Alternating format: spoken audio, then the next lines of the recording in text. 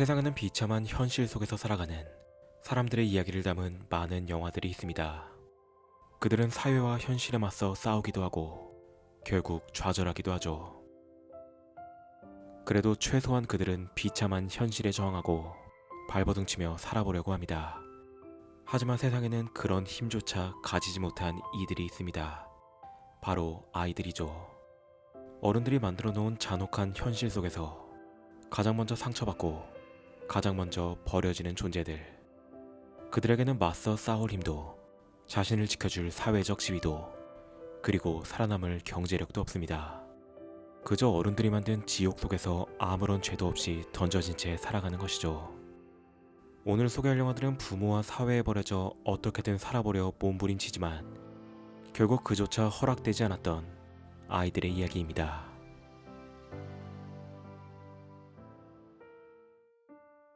첫 번째는 유럽의 미성년자 성착취에 대한 고발과 한 소녀의 슬프고 짧았던 인생을 그린 영화 천상의 릴리아입니다.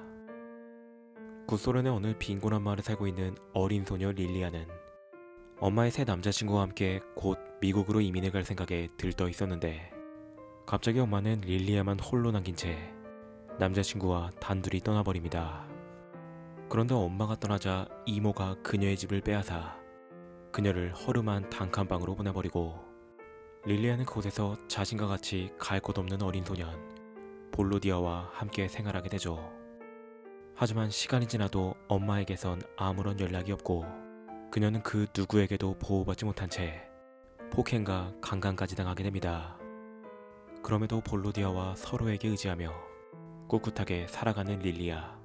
그러나 엄마가 남긴 돈도 다 떨어지고 결국 그녀는 살아남기 위해 어쩔 수 없는 선택을 하게 되는데, 이 영화는 실제로 스웨덴에서 성착취를 당하던 리투아니아 출신 소녀의 이야기를 바탕으로 재구성된 영화로 영화 전반부에 깔린 현실적이고 암울한 분위기가 영화 후반부에는 살짝 판타지 요소를 가미하여 아이들의 웃음과 함께 상반된 모습을 보여주며 더욱더 보는 이들의 슬픔과 눈물을 자아내는 명장 영화입니다.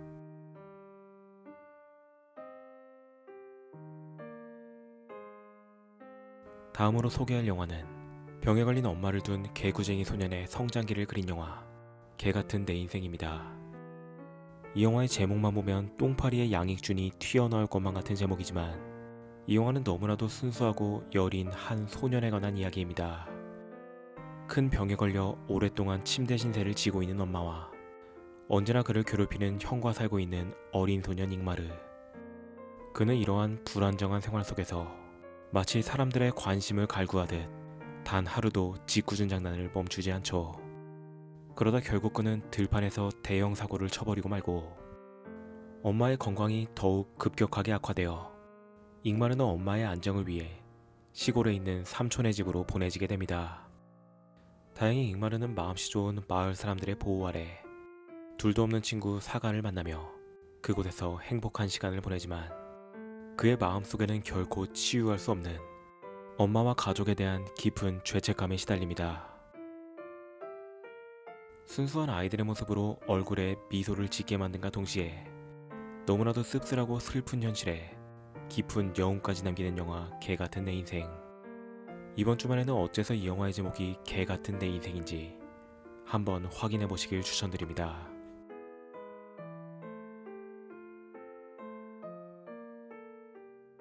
다음으로 소개할 영화는 어린 나이에 자신의 길을 스스로 개척한 한 소녀에 관한 이야기 엘렌 포스터입니다. 알코올 중독자인 아버지와 심각한 병으로 침대 신세를 지고 있는 엄마 사이에서 늘 불안과 두려움 속에 살아가는 어린 소녀 엘렌. 하지만 끝내 엄마는 병으로 그녀의 곁을 떠나고 아버지는 매달 삼촌이 보내주는 돈으로 하루 종일 술만 마시며 엘렌을 폭행하기까지 합니다. 다행히 이 사실이 학교에 알려지며 그녀는 집을 떠나 임시가정에서 지내게 되고 그녀는 진심으로 사랑을 보여주는 부부 밑에서 처음으로 행복과 안정감을 느끼게 되죠. 그렇게 행복한 나날을 보내던 도중 엘렌의 양육권에 대한 문제가 제기되는데 갑자기 엘렌의 가족을 나몰라라 하던 외할머니가 나타나 가족의 권리를 주장하며 그녀의 입양을 막아섭니다. 결국 엘렌은 외할머니 집에서 학대와 무시를 당하며 살게 되고 그녀는 자신을 진정으로 사랑해줄 가족을 찾기 위해 작은 계획을 세우게 되죠. 이 영화는 미국의 홀마크에서 제작한 TV용 영화로 홀마크 특유의 따뜻함과 순수함, 그리고 전형적인 미국의 가족 드라마 스타일로 잔잔한 울림을 주는 영화입니다. 특히 아역 시절부터 남다른 연기력을 보여주는 지나 말론의 섬세한 감정 연기가 이 영화의 가장 큰 감동 포인트이죠. 다소 밋밋하고 개연성 없는 결말이 이 영화의 아쉬운 부분이긴 하나 잔잔하고 마음 따뜻한 영화를 찾는 분들에게 한번 봐보시길 추천드립니다.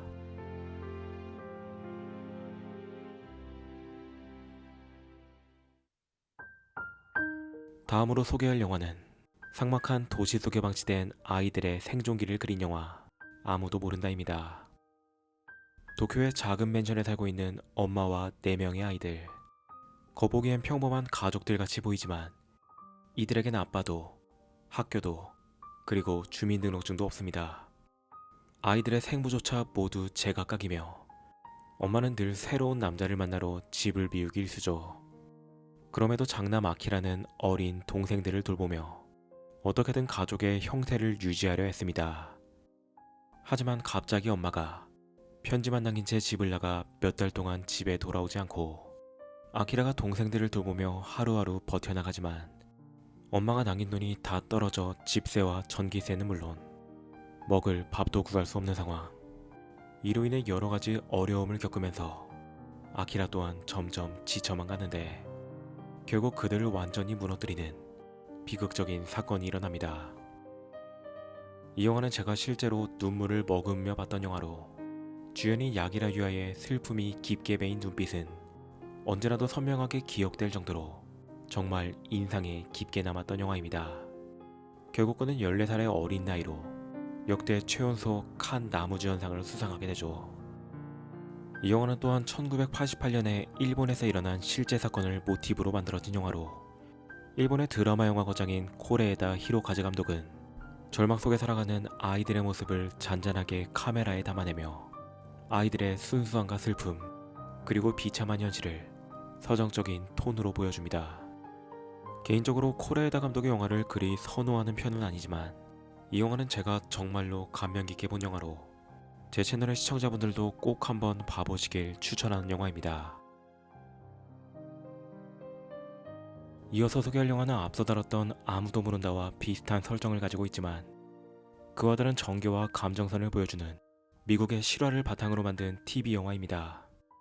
아무도 모른다에는 장남 아키라가 중심이었다면 이 영화에선 17살의 그레이시가 5남매를 책임지는 맏언니로 등장합니다. 그레이시의 가족은 심각한 마약 중독자인 엄마 때문에 여러 곳을 떠돌며 사실상 노숙자와 같은 생활을 이어갑니다. 그러다 외할머니의 도움으로 겨우 한 집에 정착하지만 엄마는 여전히 마약을 끊지 못한 채 폭력적인 남자친구와 어울리며 아이들을 공포 속에 몰아넣죠. 결국 엄마는 범죄로 체포되어 감옥에 들어가고 아이들은 엄마로부터 해방되게 되지만 이들에게는 더욱더 큰 문제가 기다리고 있었는데 그것마로 법원에서 이들의 가족을 서로 다른 보호시설로 보내도록 결정을 내린 것이었죠. 하지만 정신질환까지 겪고 있는 동생들이 걱정되었던 그레이시는 동생들과 함께 살기 위한 방법을 모색합니다. 그런데 그녀가 동생들과 같이 생활하기 위해서는 법원이 인정하는 안정된 직업과 최소한의 재산 그리고 여러 시험을 통과하여 그레이시가 아이들을 양자로 입양해야 한다는 것. 이 영화는 겨우 17살밖에 안 되는 그레이시가 가족들을 지키기 위해 자신의 삶을 통째로 희생하며 싸워가는 여정을 담고 있습니다. 그녀가 양육권을 얻기 위해 부딪히는 수많은 현실적인 벽들과 그 과정에서 몰려오는 눈물과 감동이 이 영화의 중요한 포인트이죠. 그리고 무엇보다 젊은 시절의 크리스틴 벨의 사랑스러운 모습을 볼 수 있다는 것도 이 영화의 큰 매력 포인트 중 하나입니다.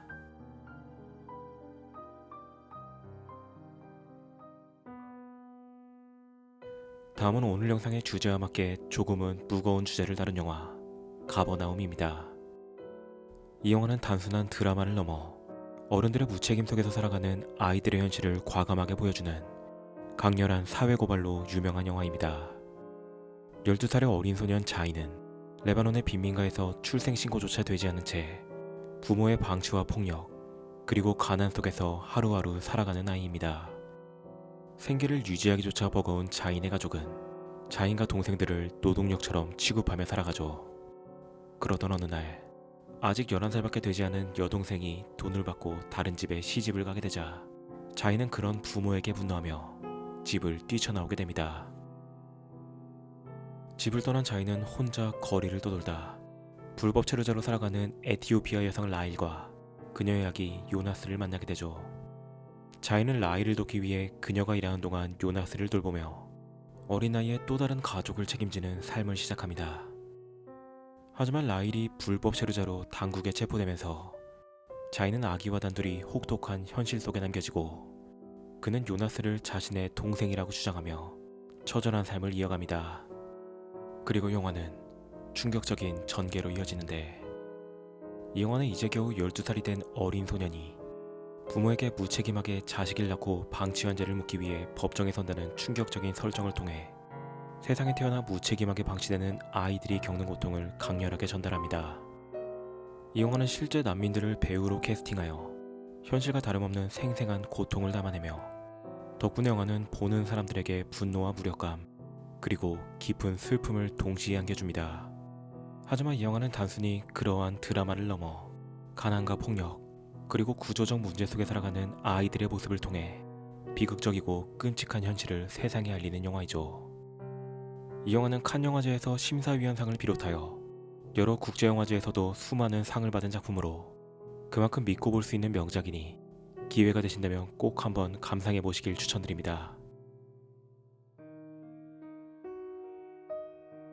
다음으로 소개할 영화는 오늘 소개하는 영화들과는 조금 결이 다른 영화이지만 언젠가 꼭 한번 소개하고 싶었던 작품이라 오늘 라인업에 조심스럽게 추가해본 영화입니다. 바로 13살의 조디 포스터가 떡잎부터 다른 연기력을 보여준 스릴러 영화 리틀걸입니다. 이 영화는 왠지 모르게 쓸쓸하고 잔잔하지만 불안한 기운이 감도는 독특한 분위기가 매우 매력적인 영화로 이 영화 또한 부모 없이 홀로 남겨진 소녀의 이야기를 그립니다. 소설가인 아버지와 함께 작은 시골 마을로 이사를 온 어린 소녀 린. 하지만 이유를 알 수 없게도 아버지는 늘 자리를 비우고 집에는 언제나 린만 홀로 남아 있습니다.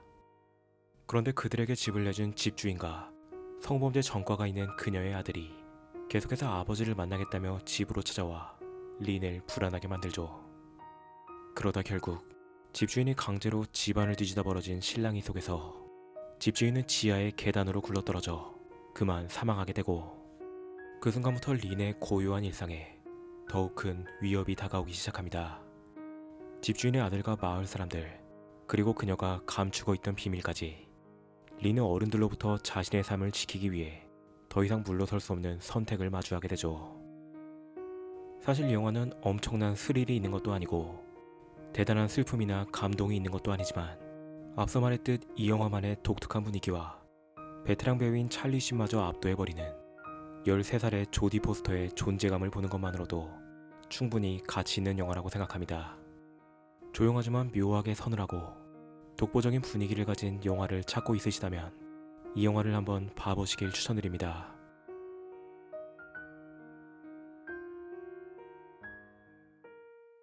다음으로 소개할 영화는 최근에 화제인 영화이죠. 프랑켄슈타인을 연출한 길레르모 델 토로 감독의 초기작 중 하나인 악마의 등뼈입니다. 이 영화는 감독의 최고작으로 평가받는 파네미로의 자매격인 영화로 이 영화 또한 스페인 내전 속에서 고통받는 아이들의 슬픔과 상처를 그린 영화입니다. 스페인 내전이 막바지에 이르던 1939년 마을에서 멀리 떨어진 어느 황량한 고아원에 칼로스라는 소년이 맡겨집니다. 겪어보지 못한 낯선 환경과 아이들의 텃세에 맞서 살아가던 칼로스는 고아원에 출몰 중인 한 아이의 영혼과 마주하는데 조금씩 밝혀지는 영혼의 억울한 죽음에 대한 진실과 고아원과 아이들을 위협해오는 전쟁의 그림자. 아이들은 위협에 대항해 스스로를 지키기 위해 어쩔 수 없는 선택을 마주합니다. 이 영화는 스페인 내전과 그로 인해 고통받는 아이들 그리고 아이들을 위협하는 어른들의 존재를 통해 전쟁과 폭력 속에서 가장 먼저 고통받는 것은 언제나 아무것도 모르는 어린아이들이란 메시지를 감독 특유의 판타지와 호러의 결합으로 보여줍니다. 하지만 이 작품은 감독의 최근 영화들처럼 화려한 판타지나 괴물이 등장하는 영화가 아니라 놀라울 정도로 현실적인 톤을 유지하는 영화입니다. 그렇기에 어쩌면 길레르모 감독의 팬들이 보기에도 살짝 낯설게 느껴질 수 있는 영화이죠. 하지만 개인적으로 길레르모 감독의 최근 작품들이 언제부터인가 조금 과하다라는 인상을 받고 있는 입장에서 이 영화는 크로노스 그리고 파네미로와 함께 제가 가장 좋아하는 길레르모 감독의 작품 중 하나입니다. 조금은 차분한 느낌의 길레르모 델 토로를 느끼고 싶으시다면 이 영화를 꼭 한번 봐보시길 추천드립니다.